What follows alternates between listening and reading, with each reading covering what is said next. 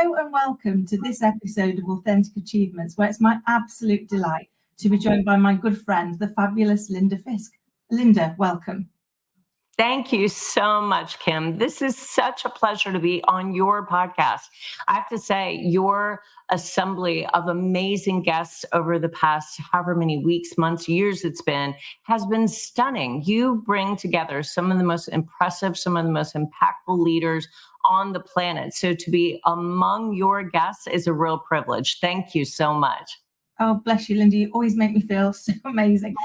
But before we get stuck in, and I know once we get chatting, we can get chatting, but let me share with the audience a little bit about you. So Linda is a multi-award winning leader, keynote speaker, best-selling author, TEDx speaker, university professor dedicated to amplifying and extending the success of other high-caliber business leaders. She's the founder and CEO of LeadHERship Global, a community of unstoppable women enhancing their leadership blueprint and embracing their power to be the very best version of themselves in work and in life. In LeadHERship Global, Linda supports and guides ambitious, creative women to move in the direction of their purpose, their mission, and their dreams with connections, critical support, practical tools, and valuable resources to show up, speak up, and step up in their careers and personal life. And you do it so eloquently. And that's one of the things we wanted to kind of touch on today. But before we get into that, can you share with us a bit about your journey so far, Linda? Well, I appreciate that, Kim. I would say that some of the early challenges that I had, and I'm sure everyone has a unique challenge that they faced during their journey. For me, the earliest challenge that I faced was one of very severe stuttering. And so I actually had such a very significant speech impediment, such a pronounced stutter, that it became incredibly impossible to hold a conversation with anyone. I was diagnosed as being clinically shy, which means that I couldn't even hold eye contact with someone, let alone actually engage in a conversation with them. By the time I was in grade school, I had learned how to become pretty invisible. And by the time I was in middle school and high school, I really had adopted a persona of being very quiet, very reserved, almost a little bit ostracized from others. And by the time I was entering college, I recognized that I had really isolated myself because having a conversation, entering into a dialogue with someone was so challenging. Normally, the conversation had moved on before I could even utter a word. And so because of that, actually in high school, I had the nickname Mouse because I was quiet as a mouse. Luckily, I was an athlete and a scholar, so I had other ways of being able to express myself, but verbal expression was just beyond my reach. I recognized, though, in college that if I didn't find a way of overcoming this invisible disability, if I didn't find a way of challenging myself to really find the pathway to overcome this really significant obstacle, I would never have the life that I dreamed of. I would never be able to have the kind of relationships that I longed for, the kind of intimacy, the kind of connection, the kind of relationships that I really wanted. And so I began a journey of, I took speech classes. I took public speaking classes. I was in a speech therapy. I was in counseling. And much of this was to overcome my incredible fear of connection with others and with groups and crowds. So some of this was definitely anxiety provoking. But some of this really was neurological as well. So I had a lot of issues to kind of contend with. But by the end of my senior year in college, I had won a state level, regional, and national speech competition. So it took hundreds of hours of work and training and practice. It took hundreds of hours of therapy and counseling. It took hundreds of hours of speech therapy. But I got to a place where not only could I hold a conversation, I could hold eye contact. I could be in front of a crowd of 500 or 5,000 people and be able to draw on those reserves and actually engage in conversation. So with the creation of LeadHERship Global, I'm providing women with what I really long for, the ability to meet inspirational leaders, to create lifelong friendships, and be surrounded by people that are deeply invested in your success. And I try to create a safe, supportive, trusting environment in LeadHERship Global where women from all over the world can be inspired and motivated by other women leaders who will cheer them on, counsel them, support them, and help them achieve greater and greater levels of success and impact. I love that. And you do it so effortlessly. And every time I hear your story, it always blows my mind, because anybody who met you today would struggle to kind of imagine that you ever didn't find this easy, because you make it look so effortless and so graceful. And yet I know how much work and how much effort you had to put in to be in that position, and how you're now able to kind of drive, take that learning and help it to drive other people to overcome their part, because we can sometimes get overwhelmed, can't we? You can look at it and go, it's just too big. But when we break it down to what's the next step, then actually the next step's possibly achievable. And absolutely, Kim. And I'll tell you that the very first time I stood up in front of a entry-level public speaking course in college, literally just standing in front of the podium, I had my entire speech written out. I was practiced, I was prepared, and I just knew that I was going to be able to overcome my very significant stuttering. Now, I had already warned the professor of my disability, had already explained that this was something I was working on. And I was standing in front of the classroom, gripping the podium for dear life, looked up, saw the faces looking at me, and literally passed out. So from that very first class where I passed out in front of my my colleagues, my classroom of other students, to now where I can stand on a stage in front of 10,000 people comfortably, that is a journey. And what we try to do at LeadHERship Global is create and support those same kinds of breakthroughs, whether that breakthrough is personal or professional. We want to guide women to achieving greater leverage, greater freedom in both their careers and their businesses. And let me just say, all women face challenges. In fact, despite making up more than 50% of the US population and almost 60% of the civil labor force here in the United States, women are staggeringly absent from upper level positions in the American workforce. There's a long history of women's roles in American workforce between wars, social movements, political climates, but very little progress has been made in the way of gender equality in the workplace. And that's one of the reasons why I am so passionate about ensuring that women have the resources and the tools, the connections, the advantages, the benefits, the privileges that we offer, is that we want to make sure that we erase the double standard in whether a woman is running for office, or she's attempting to be placed in a board position, or she simply wants a well-deserved C-suite position. We want to ensure that women have the opportunity to step into their power and be given equal opportunity. In fact, women only make up 4% of the Fortune 500 CEOs, and only 3% of the Fortune 500 companies have at least one Hispanic or Latina member on their board of directors. So we know that there's still a lot of work to be done, but we believe that by bringing together women in significant positions of influence, authority, and leadership, we can unite and make inroads into some of those really disturbing statistics. And absolutely, and they are, they're disturbing all over the place. I was at an event recently where we were talking about the disparity of females getting investments.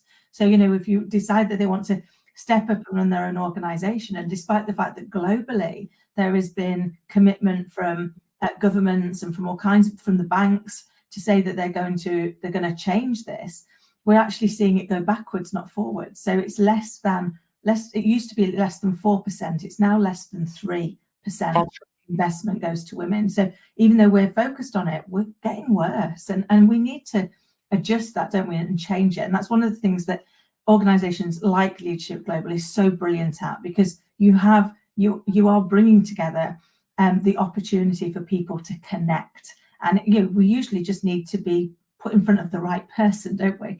But one of the things that I've noticed, and I'd love to know your thoughts on it, is particularly as women, we can be really bad at knowing what it is we want. We're very good at knowing what we don't want. Yeah, I don't want to be this, I don't want to be that, I don't want to be the other. But when you say to somebody, but what do you want? Because for somebody like you, who's such an amazing connector and so gracious with your network, it would make it so much easier, I would imagine, for you if people came up and went, Linda, what I really need is, but we, one, don't know what it is we want rather than what we don't want, and two, we're very bad at asking for help. Would you say that's fair?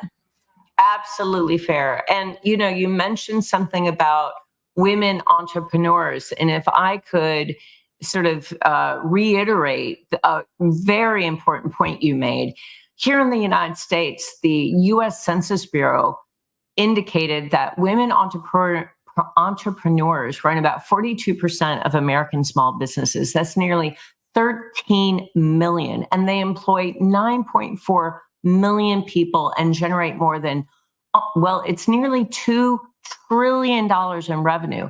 In fact, women started almost 2,000 new businesses every single day last year. And 64% of new women-owned businesses were started by women of color. But then get this, the real, I think, disappointing point about this is exactly what you said, that women are not receiving financial support from investors or VCs needed to get their business off the ground. And this is backed by a growing body of research. In fact, a recent Columbia Business School study found that female-led ventures are, get this, 63% less likely to receive venture capital funding.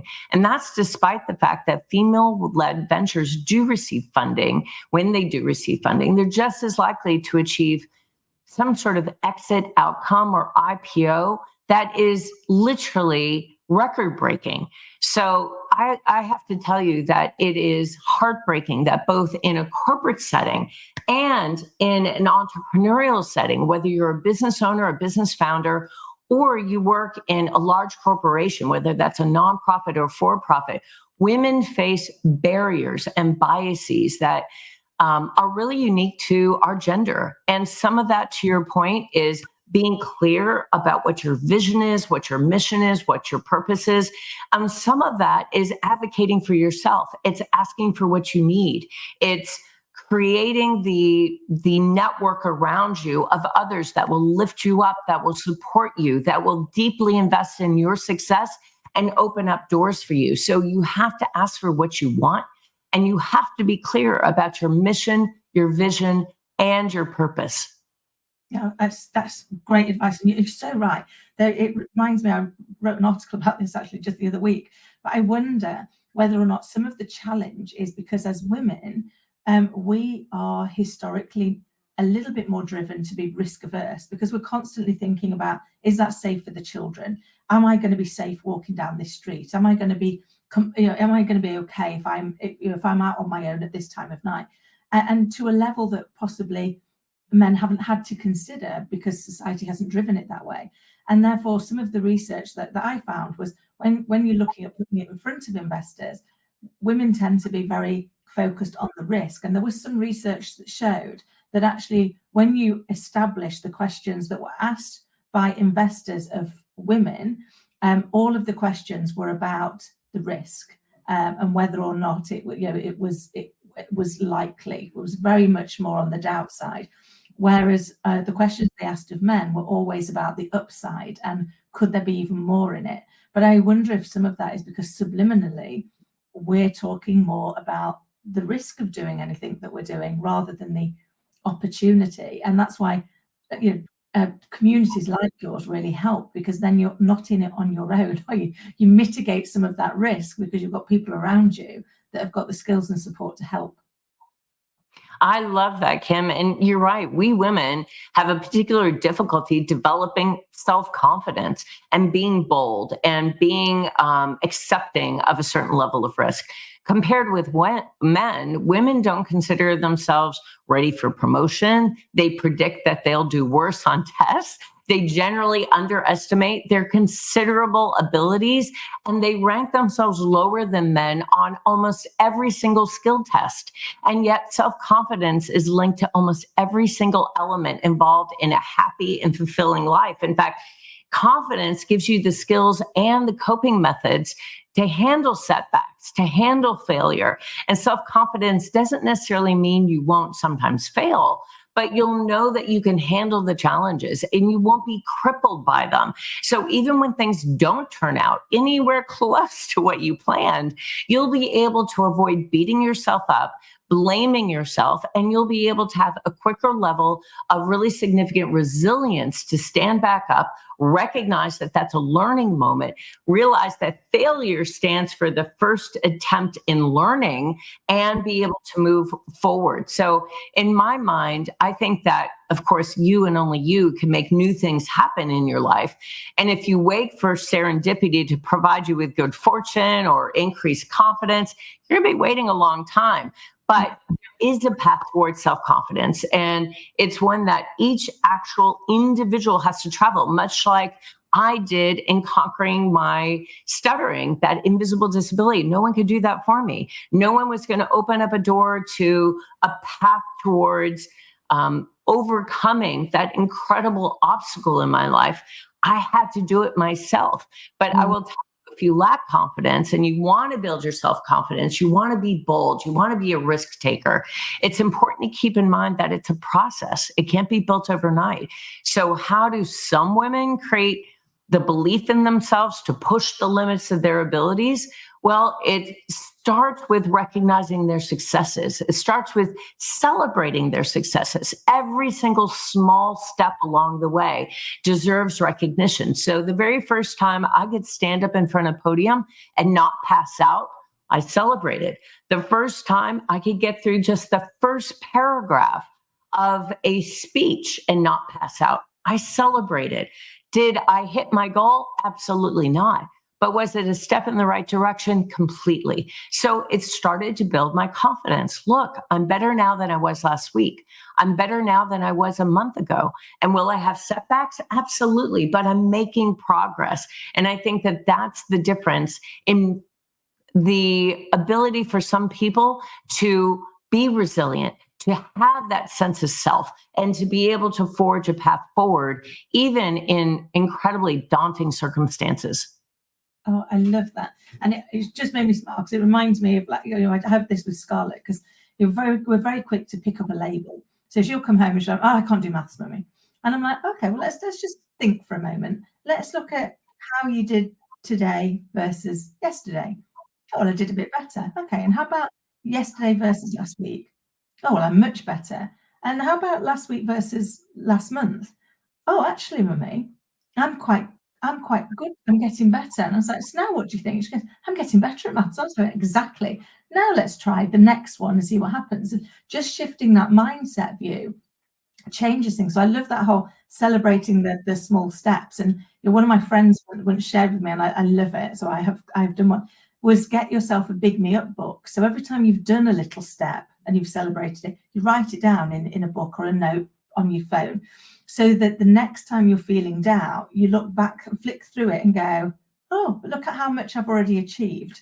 And it changes your energy so that you're better placed to move forward. And the other thing that I always recommend to people, and this is for me where LeadHERship Global comes in so beautifully, is get your Thrive Hive, get your 4 or 5 people that you know are going to have your back and be on your side. And for me, they need to be very different people. I need someone who's going to give me the tough love to get over myself and stop velcroing my hand to my head. I can't do it, and take a step. But I also need someone who might sugar the pill for when I'm not quite ready for tough love just yet. But that's why communities like LeadHERship Global are so amazing, because you've got those people who are going to be there to help you thrive. and that you can help them thrive in return because you're able to give that support back. And I think that they're just invaluable. And it's amazing that you've created a community like this that people from all around the world can access. Yeah, thank you so much, Kim. I would say that I have certainly learned that being in a community of other leaders allows you to have an outlet to continuously learn and improve in a confidential setting.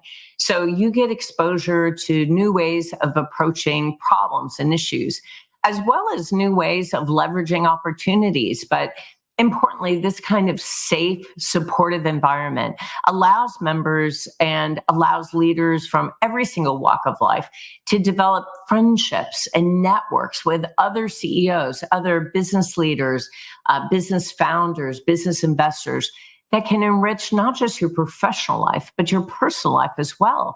And I think it's incredibly important to choose a leadership community that supports your unique purpose, because when you find your tribe, your power tribe, you can improve the growth and profitability of your organization because you benefit from the hard-won lessons and the experiences of other leaders. So you get access to best practices on key issues. You can receive honest feedback, honest advice, unbiased and objective feedback from others who have no conflict of interest, and they can collaborate with other leaders to work on the business rather than just in the business.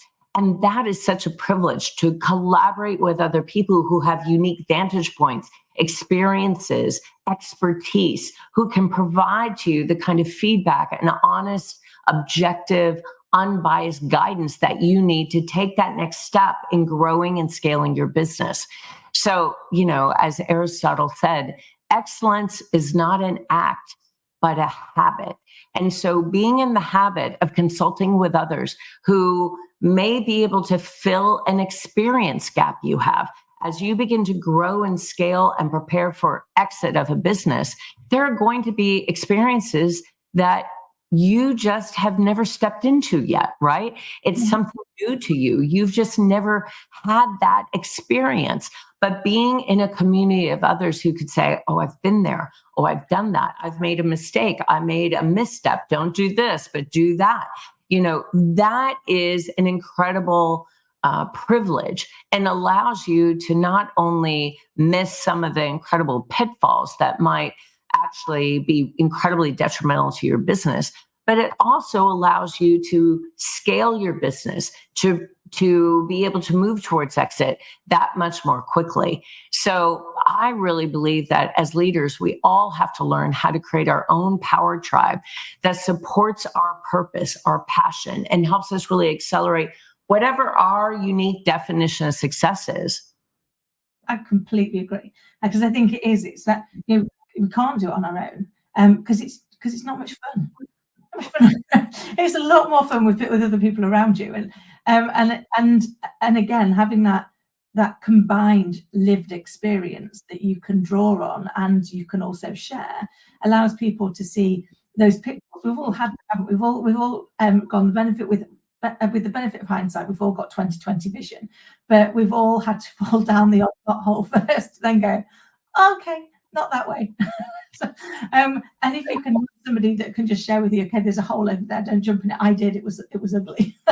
Then it helps you accelerate the pace, doesn't it? Because you can then not make that mistake. You may make a new mistake, because that's where we learn and where we grow. And I loved what you shared earlier about failure is just the first instance of learning. Yeah, I love that. How we keep iterating. And it struck me, it reminded me of, I think it was Edison who said, I didn't find one way to create the light bulb. I found 10,000 ways not to create the light bulb. But in every one of them, it moved a little bit further, just a little bit further, until eventually it succeeded. And that's been pretty much what's happened with every great success story, isn't it?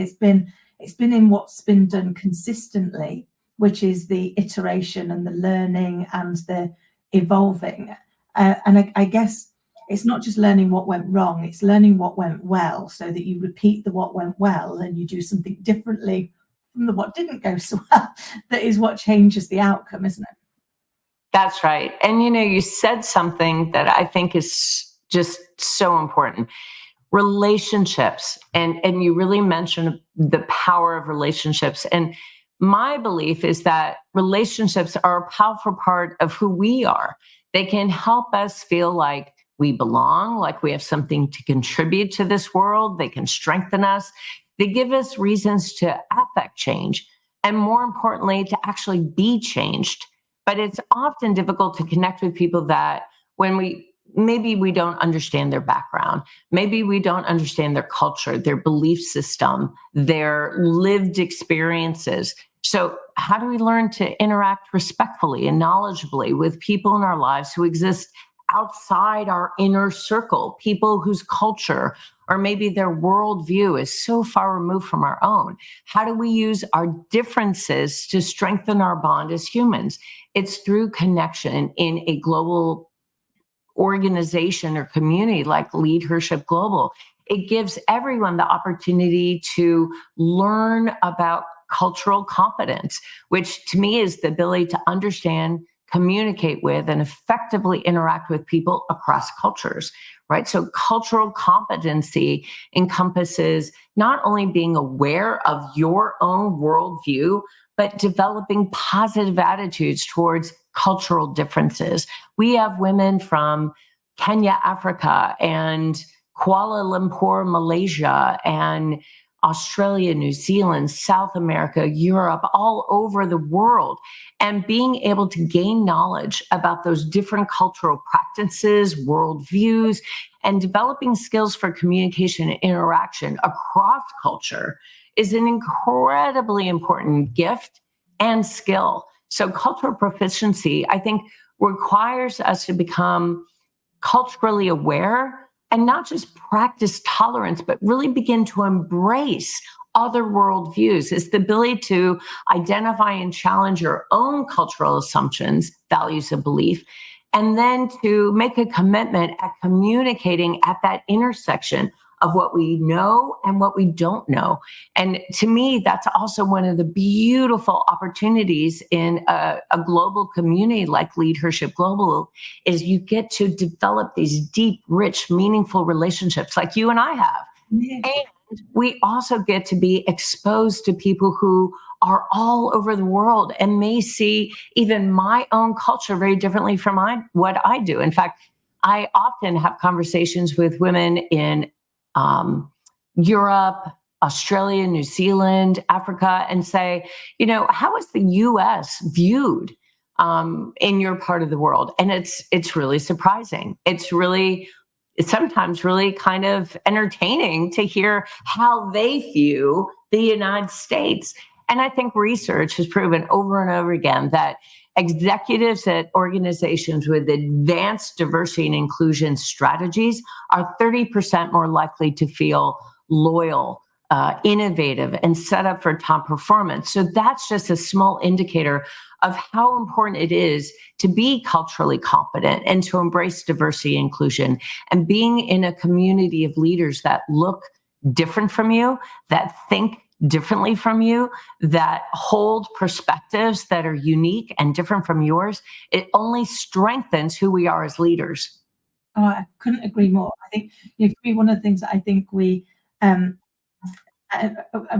quote something out of The Sound of Music, we have a deplorable lack of curiosity because we stop being curious about ourselves and about others. And I think for me, that's the driver, is how do we become passionately curious? As children, we learn so much. We're curious. We want to know everything.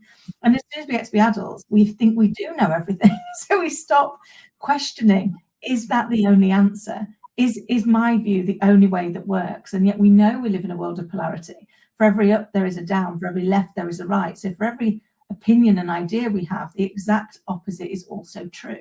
And once we become curious to that, we become open-minded to it, then that's when we really grow and learn. And that's where communities like this give us that safe environment to be curious and therefore grow through that curiosity and impact the world more positively as a result of it. I love that, Kim. That was so well said. I am completely with you. And, that's why we really were very passionate about creating an impactful community of extraordinary women all around the globe. Because we are trying to not only create a comprehensive methodology that's really designed to unleash their full potential, these high performing, growth oriented leaders, but we also wanted to give them an opportunity to create a confidential, supportive, and private community that challenges some of their preconceived ideas, some of their notions about maybe what it takes to grow and scale a business, maybe what it takes to be a trusted authority within a industry, maybe what it takes to be a very influential, known personal and professional brand.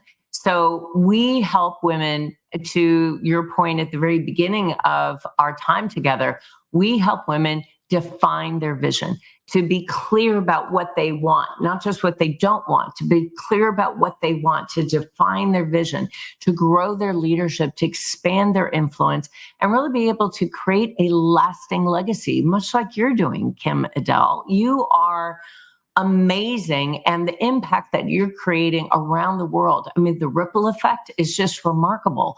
And so we try, much like you, to harness the knowledge, the influence, and trust of other high-performing leaders all around the world and share that generously with others. Oh, Linda, you are always, always far too generous and kind, and I so appreciate you, my friend. And I'm gutted that we've come to the end, because you and I could chat all day, couldn't we? And I look forward to it next time. But thank you for sharing such invaluable insight. And I will make sure all of the links to LeadHERship Global and how people can connect with you are in the notes below. And I highly encourage people to do so, because finding the right support network, finding the people that your power group, your team, is the game changer. And it makes everything a lot more fun. And Linda, I'm super grateful that you are in my power team. So thank you. Thank you, Kim. Until next time, take care.